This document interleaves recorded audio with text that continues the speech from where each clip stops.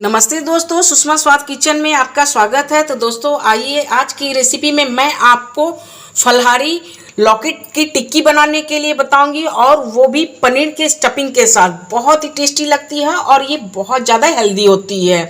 तो देखिए, इसमें स्टफिंग देखिए कितनी अच्छी सी भरी हुई है। मैं एक जैसे कि तोड़ करके आपको इस तरह से दिखा रही हूँ, और ये चटपटी सी स्टफिंग होती है, और ऊपर से देखिए क्रिस्पी होती है और अंदर से सॉफ्ट।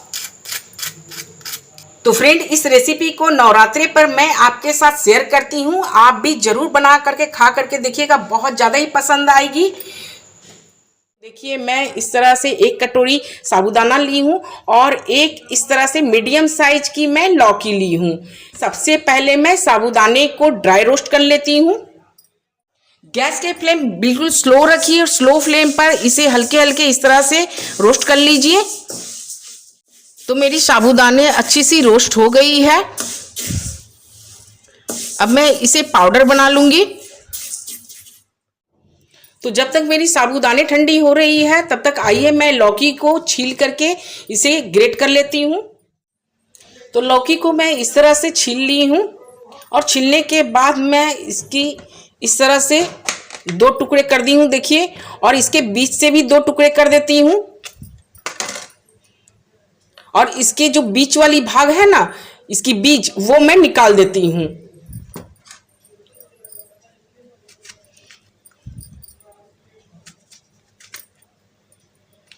बस इस तरह से करके आप बीच वाली भाग यानी कि इसकी बीज जो है आप निकाल लीजिए, और इसे फेंके नहीं। आप कोई भी सब्जी में इसे इस्तेमाल कर सकते हैं।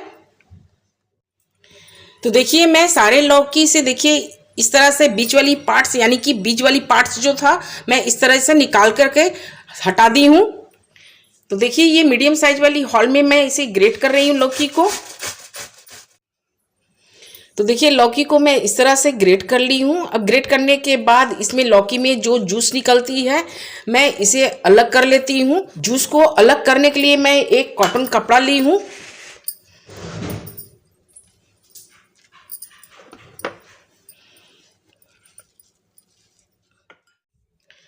तो लौकी को देखिए, मैं जूस निकाल करके इस तरह से ड्राई कर ली हूँ, और इसकी जूस भी देखिए मैं इसे भी साथ में रखती हूँ, क्योंकि मैं साबूदाने के पाउडर मिलाऊंगी तो मुझे ज़रूरत पड़ेगी। तो देखिए, इसी के साथ मैं साबूदाने की पाउडर भी बना ली हूँ। अब मैं लौकी में साबूदाने की पाउडर डाल रही हूँ। मैं टोटल इसमें 4 चम्मच ली हूँ। मैं पहले इसे अच्छी तरह से मिला लेती हूँ, और इसी के साथ देखिए मैं हाफ चम्मच नमक डाल रही हूँ। अब मैं इसमें कुछ भी नहीं डालूंगी। तो देखिए, मैं इसमें लौकी में साबूदाने और नमक मिक्स कर दी हूँ, और मुझे ये थोड़ी सी इस तरह से ड्राई ड्राई लग रही है। तो मैं इसमें ये लौकी का जूस रखी हूँ ना, ये इस तरह से 1 चम्मच डाल देती हूँ। आप चाहे तो 1 चम्मच से थोड़ी सी ज़्यादा भी डाल सकते हैं, लगभग 1.5 चम्मच जैसे, और इसे अच्छी तरह से मिला लीजिए। तो देखिए, आपकी ये अच्छी तरह से बाइंडिंग हो रही है। देखिए, इस तरह से देख लीजिए आप। तो मैं इसे थोड़ी सी मैं 5 मिनट के लिए रेस्ट में छोड़ देती हूँ। तो देखिए, स्टफिंग बनाने के लिए मैं इस तरह से 150 ग्राम पनीर ले ली हूँ। अब मैं इसे ग्रेट कर लेती हूँ। पनीर की स्टफिंग बनाने के लिए मैं गैस पे कढ़ाई चढ़ा दी हूँ। अब मैं इसमें 1 चम्मच घी ले रही हूँ। आप चाहे तो अगर ऑयल खाते हैं तो आप ऑयल में भी बना सकते हैं, पर आप सरसों तेल का यूज़ ना करें।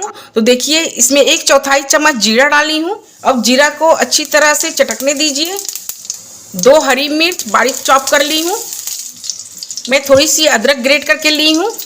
बस हल्के हल्के इन सबको फ्राई कर लेती हूँ। देखिए, इसी तरह से आप भी फ्राई कर लीजिए।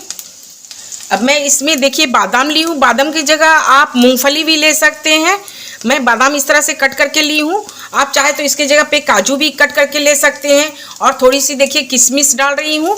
इससे बहुत अच्छी टेस्ट आती है।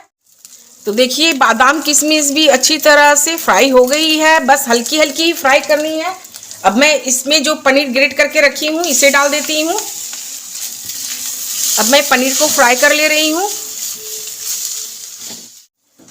तो पनीर भी देखिए मेरी थोड़ी फ्राई हो गई है। अब मैं इसमें जो व्रत में मसाले यूज करती हूँ वही मसाले डालूंगी। तो देखिए थोड़ी सी मैं हल्दी ली हूँ, थोड़ी सी जीरा पाउडर और थोड़ी सी काली मिर्च। मैं दरदरा कूट ली हूँ काली मिर्च को। और इसी के साथ मैं थोड़ी सी 1/4 चम्मच चीनी डाल रही हूँ। इसी के साथ मैं थोड़ी सी नमक डाल देती हूँ। आप अपने टेस्ट के हिसाब से नमक डालें। और सारी चीज़ें डालने के बाद अच्छी तरह से फ्राई कर लेती हूँ। तो देखिए फ्रेंड, मेरी पनीर भी अच्छी तरह से फ्राई हो गई है। और जब ये अच्छी तरह से फ्राई हो जाती है तो इसमें से देखिए घी छोड़ने लगती है।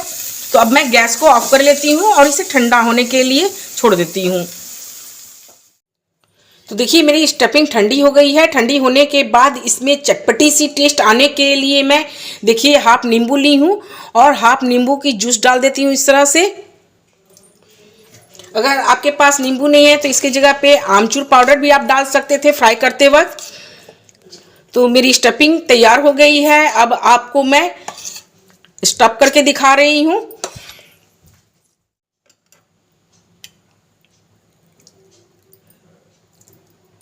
लौकी को इस तरह से देखिए एक लोई जैसे ली हूँ और इसकी मैं पेड़े तैयार कर लेती हूँ। और इस तरह से देखिए कटोरी की शेप दे रही हूँ।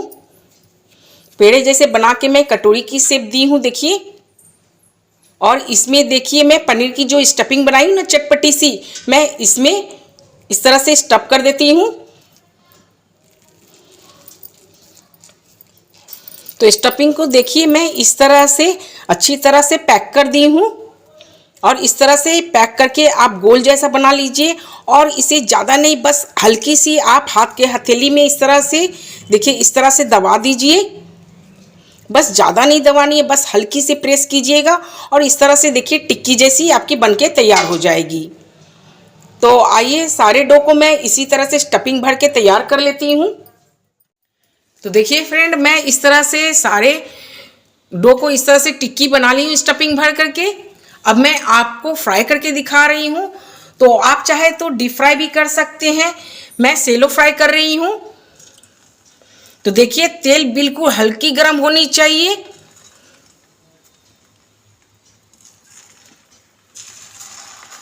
और गैस के फ्लेम बिल्कुल स्लो रखिएगा, हल्के गर्म पे आप इस तरह से इसे धीरे धीरे फ्राई होने दें।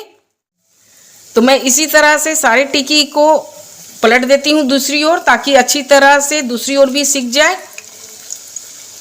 और गैस के फ्लेम आप हाई ना करें, बिल्कुल स्लो फ्लेम पर ही इसे पकने दें, तभी आपकी ये बहुत अच्छी क्रिस्पी बनेगी। अब मैं इन सारी टिक्की को प्लेट पर निकाल लेती हूँ। ये लीजिए फ्रेंड, लौकी की टिक्की मैं और पनीर स्टफिंग वाली बनाई हूँ। ये फलाहारी बहुत ही टेस्टी लगती है और बहुत जल्दी बन जाती है। और ये देखिए ऊपर से क्रंच और अंदर से आपको सॉफ्ट मिलेगी। देखिए इसकी स्टफिंग देखिए बहुत ही अच्छी बनी है और बहुत ज़्यादा टेस्टी लगती है। तो फ्रेंड, आप इस रेसिपी को किसी भी फलाहारी की चटनी और या फिर आप चाय के साथ भी ले सकते हैं। बहुत ही टेस्टी लगती है और बहुत ज़्यादा हेल्दी भी होती है। फ्रेंड, मेरे इस रेसिपी को देखते हुए मेरे चैनल को लाइक करें, ज़्यादा से ज़्यादा शेयर करें और मुझे कमेंट में ज़रूर बताएं कि आपको ये मेरी रेसिपी कैसी लगी। मुझे बहुत इंतज़ार रहती है आप लोग के कमेंट की।